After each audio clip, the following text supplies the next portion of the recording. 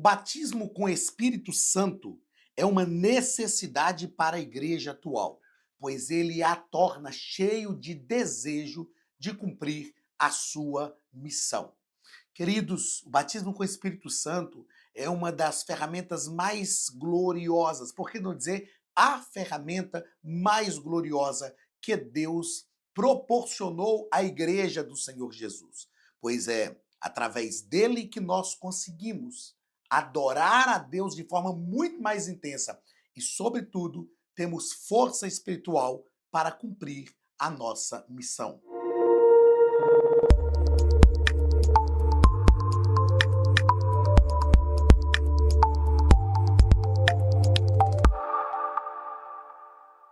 Queridos, sejam bem-vindos à Academia de Pregadores. Eu sou o pastor Anderson Silva e, como você sabe, estamos aqui nas nossas lições bíblicas de escola dominical. Hoje iniciaremos o terceiro trimestre de 2025. Encerramos o segundo trimestre, um trimestre muito proveitoso para a glória do nome de Jesus. E hoje iniciaremos o terceiro trimestre de 2025. Nesse terceiro trimestre, vamos estudar sobre a igreja a igreja em Jerusalém. Está aí, ó, a capa da revista, a igreja em Jerusalém. Vamos estudar sobre doutrina, comunhão e fé, a base para o crescimento da igreja em meio às perseguições. São 13 lições escritas pelo nosso querido pastor José Gonçalves. Pastor José Gonçalves é um veterano nosso aqui nas lições bíblicas de escola dominical. Se não me falha a memória, eu acredito que eu não estou enganado, nos últimos 11 anos, o pastor José Gonçalves escreveu pelo menos um trimestre, nos últimos 11 anos, de forma consecutiva. Gosto muito do pastor José Gonçalves, não só porque ele é um amigo pessoal, já esteve em nossa casa aqui nos Estados Unidos, mas, sobretudo, pela sua forma de escrever, pelo homem de Deus que ele é, pela maneira bíblico-teológica, é pastor de igreja. Pastor José Gonçalves é líder da Igreja Assembleia de Deus em Água Branca, no Piauí, é mestre em teologia, graduado em filosofia, escritor de diversas obras editadas pela Casa Publicadora das Assembleias de Deus e é membro da Comissão de Apologética da Convenção Geral das Assembleias de Deus no Brasil. Com toda certeza, nós teremos um trimestre muito proveitoso, um trimestre glorioso, de grande crescimento para a nossa vida.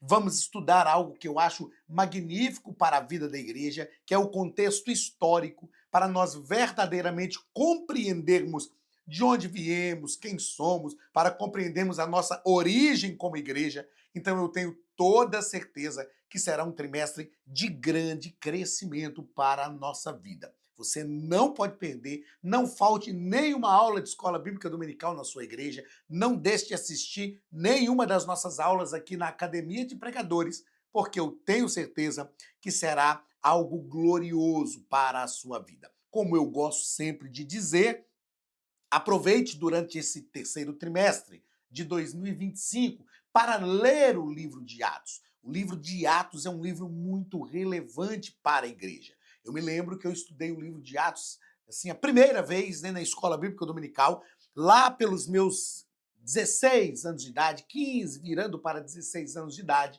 Tive um professor maravilhoso que foi quem me introduziu na vida do ensino da pedagogia cristã, não é? Pastor Heber Gonçalves, e eu lembro de uma frase do pastor Heber, do Beguinho naquela época, lá de Governador Valadares, hoje pastor Heber, presidente da Igreja Assembleia de Deus Missão dos Vales, em Governador Valadares. Mas eu lembro de uma frase do então Beguinho que eu nunca me esqueci e que marcou a minha vida. Como pentecostais, nós nos dedicávamos sempre ao capítulo 2 de Atos. E naquela época, o Beguinho nos disse o seguinte: olha, Atos vai além do capítulo 2. E eu lembro que naquele trimestre ele fez um apanhado maravilhoso e me conquistou a aprender sobre a história da igreja. E é isso que nós vamos estudar neste terceiro trimestre. Aprendermos sobre a história da igreja, o início da igreja, A igreja de Jerusalém, que foi uma das comunidades de fé, ou a principal comunidade de fé da igreja primitiva, a igreja modelo, foi onde tudo começou. Então seja bem-vindo ao nosso terceiro trimestre de 2025, onde vamos estudar sobre a igreja de Jerusalém. Muito bem, queridos, na aula de hoje estudaremos a lição de número 1, do dia 6 de julho de 2025, e o título desta lição é A Igreja que Nasceu no Pentecostes. A Igreja que Nasceu no Pentecostes.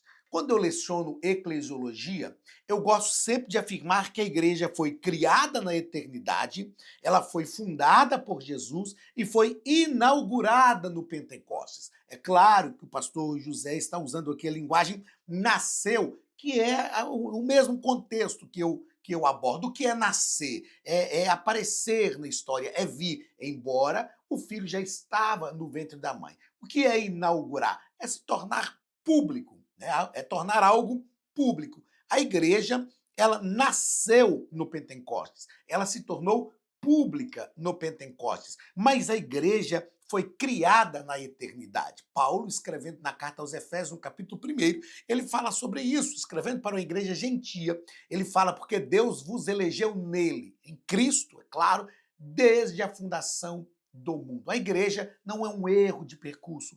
A igreja não é um plano B de Deus. Não é porque Israel rejeitou o Messias que Cristo elegeu a igreja. Deus já havia previsto a vida da igreja, a formação da igreja desde a eternidade. Então a igreja foi criada na mente de Deus, no projeto de Deus, na eternidade. A igreja foi fundada por Jesus, né?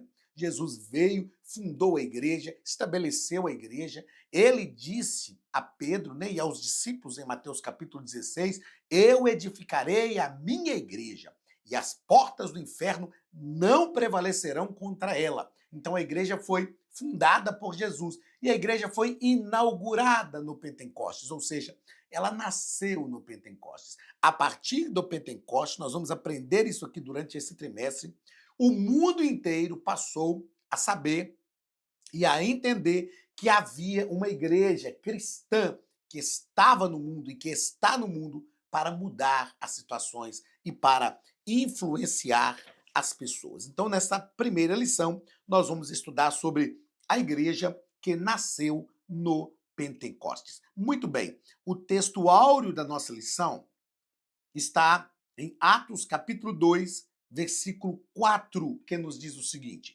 e todos foram cheios do Espírito Santo e começaram a falar em outras línguas, conforme o Espírito Santo lhes concedia que falassem. Perceba que, cumprindo-se o dia de Pentecostes, né, 50 dias após da Páscoa, onde iria iniciar a festa de Pentecostes, como o Senhor Jesus havia prometido, como o Senhor Jesus havia dito aos discípulos que faria, ele derramou o Espírito Santo sobre a sua igreja. 120 estavam reunidos no cenáculo, orando, aguardando a promessa do Pai, e eles foram cheios do Espírito Santo. Nós precisamos realmente viver isso. Outra coisa importante é que o texto nos diz que eles começaram a falar em outras línguas. Então, isso indica que não foi algo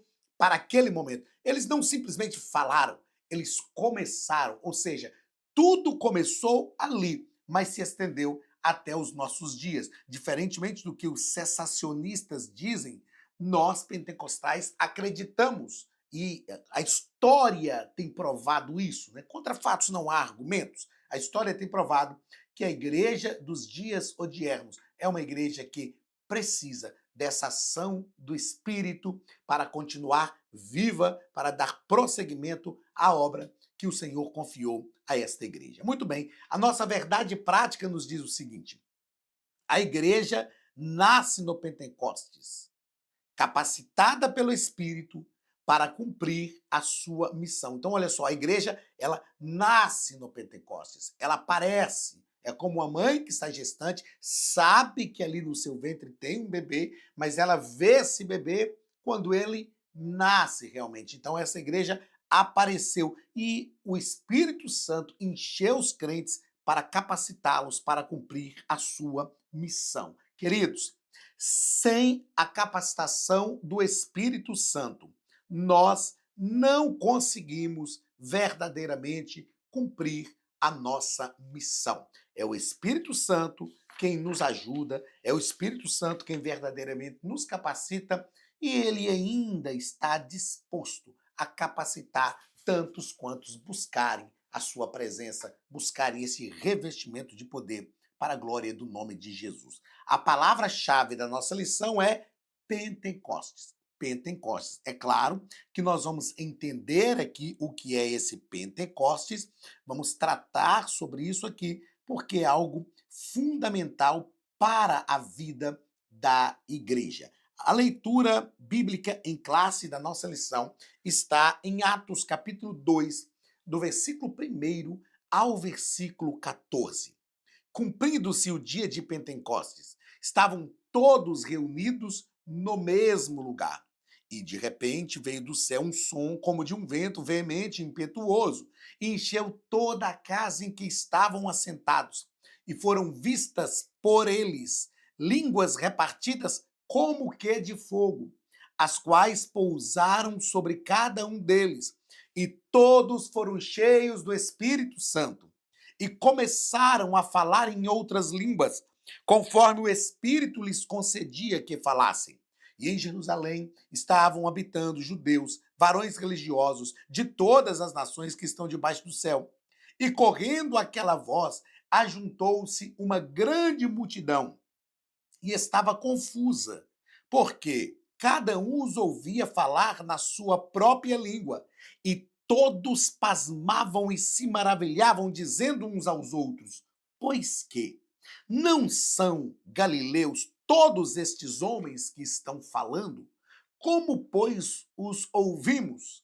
Cada um na nossa própria língua em que somos nascidos, pardos, medos, elamitas, e os que habitam na Mesopotâmia, e Judéia, e Capadócia, e Ponto, e Ásia, e Frígia, e Panfilha, e Egito, e partes da Líbia, junto a Cirene, e forasteiros romanos, tanto judeus como prosélitos, e cretenses, e árabes, todos os temos ouvido em nossas próprias línguas falar das grandezas de Deus. E todos se maravilhavam e estavam suspensos, dizendo uns aos outros: que quer isto dizer? E outros zombavam, e outros zombando diziam: estão cheios de mosto. Porém Pedro, pondo-se em pé com os 11, levantou a voz e disse-lhes: varões judeus, e todos os que habitais em Jerusalém, seja-vos isto notório, e escutai as minhas palavras. Queridos, fazer a leitura deste texto, sendo verdadeiramente um crente pentecostal, é algo lindo, maravilhoso para a nossa vida, é algo que realmente nos envolve, é algo que fala ao nosso coração de forma poderosa. Aqui nós vemos o cumprimento de uma promessa que Deus havia feito, vemos o cumprimento inicial daquilo que Joel falou lá no capítulo 2. Isso aqui é o início, é claro que ainda há algo para se cumprir nesse quesito, mas é o início de todas as coisas.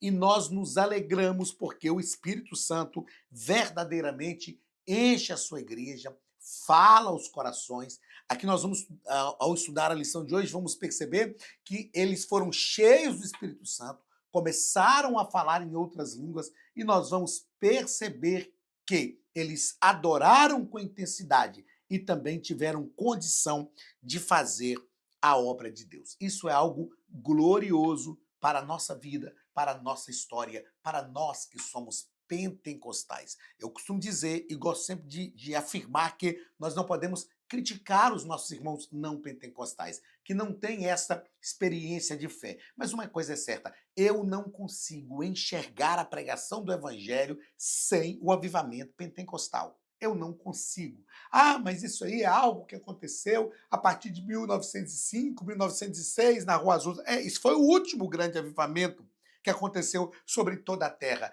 Mas nós não estamos falando aqui de 1905, 1906. Nós estamos falando aqui dos primórdios, da igreja que estava em Jerusalém. Nós estamos falando aqui de 10 dias após a ascensão de Cristo, 50 dias depois da sua ressurreição. É disto que nós estamos falando.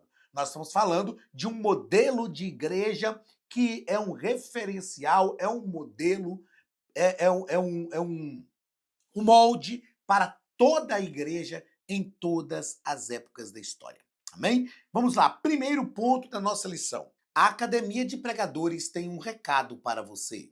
Você está assistindo a uma aula da Academia de Pregadores, a maior escola bíblica online da América Latina. São mais de 60 cursos completos, com certificados e reconhecimento da CGADB, a Convenção Geral das Assembleias de Deus no Brasil. Se você deseja crescer em graça e conhecimento, fazer dezenas de cursos, fazer o básico, o médio, bacharel em teologia, capelania, hebraico bíblico e tantos outros, você deve se matricular e começar agora mesmo a sua jornada de crescimento na Palavra de Deus. Aqui, na descrição do vídeo, nós deixamos um link especial que contém uma promoção exclusiva para o nosso canal do YouTube. Clique no link e conheça mais. Nosso comentarista, pastor José Gonçalves, nosso escritor, vai falar sobre a natureza do Pentecostes bíblico. Primeiro parágrafo, de natureza divina. O Pentecoste bíblico é um Pentecoste de natureza divina. O texto bíblico, Lucas escreve de forma clara que ouviu-se um som, peraí que está muito grande, ouviu-se um som como de um vento veemente e impetuoso que encheu toda a casa em que estavam assentados. Toda a casa que estavam assentados. Perceba que é um som como de um vento, não é um som de um vento. E outra coisa que o texto diz que foram vistas por eles línguas repartidas como que de fogo. Outra coisa que eu gosto sempre de destacar, não são línguas de fogo. Outra coisa importante que o texto nos diz, aliás, que o escritor nos diz aqui, os estudiosos da Bíblia explicam que estes sinais são manifestações, da presença de Deus, chamadas de teofania. Eu vou voltar aqui, olha. Ouviu-se um som como de um vento veemente e impetuoso que encheu toda a casa. Lucas relata que, por ocasião do derramamento do Espírito Santo no dia de Pentecostes, foi ouvido isso aqui, ó, que nós não podemos deixar, ó, do céu. Foi ouvido do céu, ou seja, foi um som que veio do céu. Queridos, não precisa nem ser teólogo para entender que, se veio do céu, foi dado por Deus. Foi algo que o próprio Cristo fez. Desde que a Bíblia começou a tratar sobre essa questão do Pentecostes, João o Batista, né, ele anunciava, ele pregava o evangelho, sendo o precursor do caminho de Jesus, ele dizia, eu vos batizo com água, mas depois de mim vem um que é maior do que eu, do qual eu não sou digno de desatar as alparcas dos seus pés.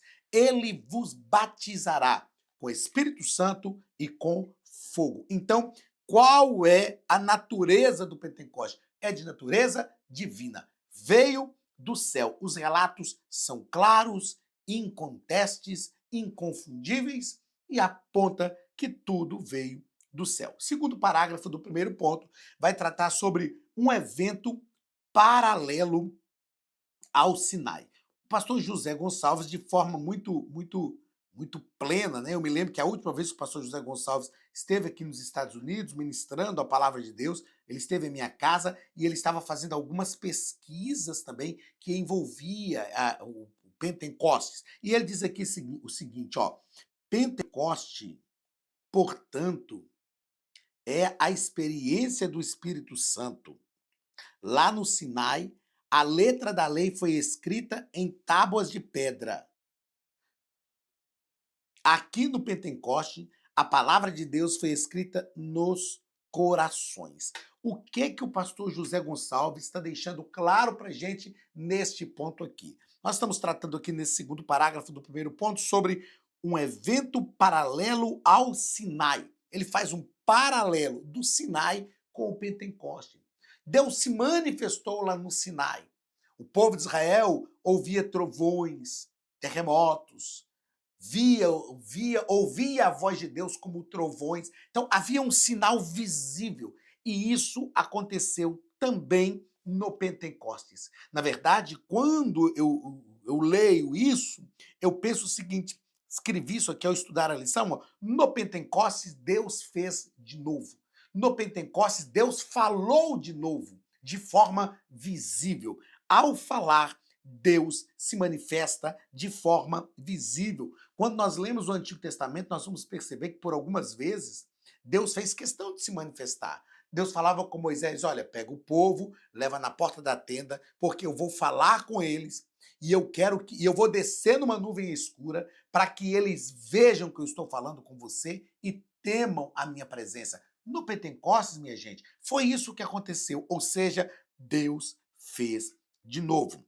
Outra coisa que nós tratamos aqui sobre a natureza do Pentecoste é que a natureza do Pentecoste, terceiro parágrafo deste primeiro ponto, o Pentecoste tem uma natureza centrada em Cristo e nos tempos finais. Eu vou destacar aqui, ó, que o pastor José Gonçalves nos diz o seguinte, ó, isso significa que, embora o Pentecoste seja uma manifestação do Espírito Santo, ele também é cristocêntrico, ou seja, tem Cristo como seu centro. Tem Cristo como seu centro. Pastor José continua dizendo que sem a cruz de Cristo, o Pentecoste perderia seu verdadeiro significado, pois não há Pentecoste sem cruz. Não há Pentecoste sem cruz. O que nós observamos? Que quando eles foram cheios do Espírito Santo,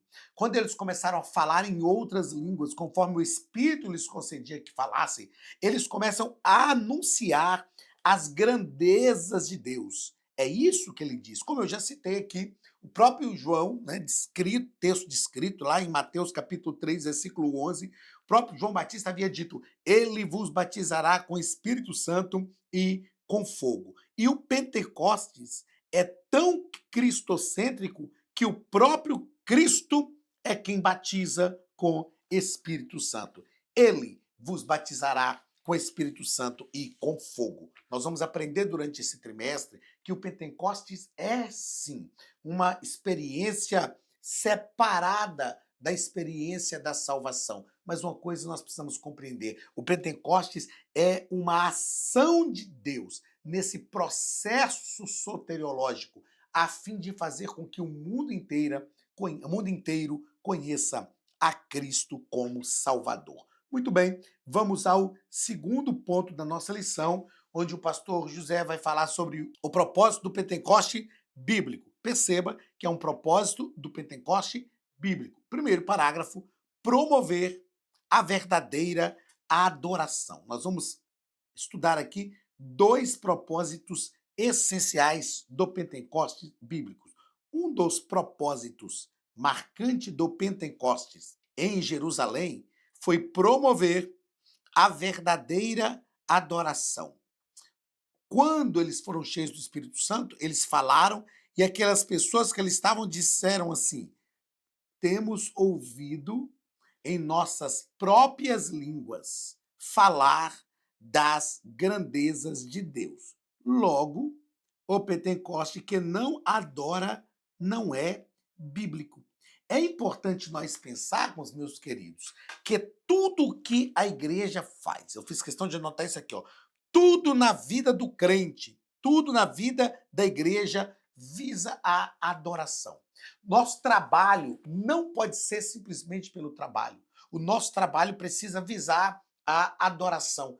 Todo o nosso exercício precisa visar a adoração. Então, outra coisa que eu escrevi aqui para não esquecer é que antes de testemunharmos, temos que adorar.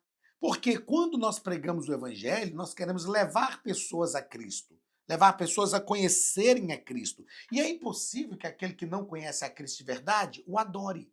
Agora, como nós vamos levar pessoas a Cristo, a fim de que essa pessoa se curve também diante de Deus em adoração, se nós mesmos não conhecemos o Senhor? E se nós o conhecemos e não adoramos, nós não o conhecemos de verdade. Eu gosto de dizer que é impossível que aquele que conhece a Deus de verdade o adore. Ninguém é obrigado a adorar, ok? Ninguém é obrigado a adorar. Mas é impossível que aquele que conhece a Cristo de verdade não o adore. Segundo parágrafo do segundo ponto. Poder para testemunhar. Então, nós estamos vendo aqui que o primeiro objetivo do Pentecoste foi promover a verdadeira adoração. Em segundo lugar, dar à igreja poder para testemunhar. Essa realidade dos últimos tempos não significa que a igreja deve ter uma visão escapista, ou seja, fugir do mundo a qualquer custo. Isso é uma visão escapista. Fugir do mundo a qualquer custo. O Pentecostes não foi dado para que os crentes se isolassem, mas para que fossem capacitados a testemunhar e viver no mundo até a volta de Cristo. O que é essa visão escapista? É diferente do pré-tribulacionismo, ok? Nós somos pré-tribulacionistas. Soteriologicamente falando e escatologicamente falando, nós somos pré-tribulacionistas. E às vezes algumas pessoas não entendem isso e nos acusam de serem escapistas. Já teve pessoa que me perguntou: então você está com medo de passar pela grande tribulação? Você não confia que o Senhor pode guardar a igreja? Confio. O Senhor tem nos guardado em diversas adversidades. E a história da igreja prova isso. Mas quando fazemos uma análise bíblica, eu vejo a Bíblia escatologicamente falando, como pré-tribulacionista. Esse escapismo aqui, essa visão escapista, fala de pessoas que, eu sou crente agora, as pessoas que dizem, eu sou crente agora, então agora eu tenho que sair desse mundo. Não, nós precisamos entender que o Senhor Jesus nos salvou para que nós influenciássemos o mundo.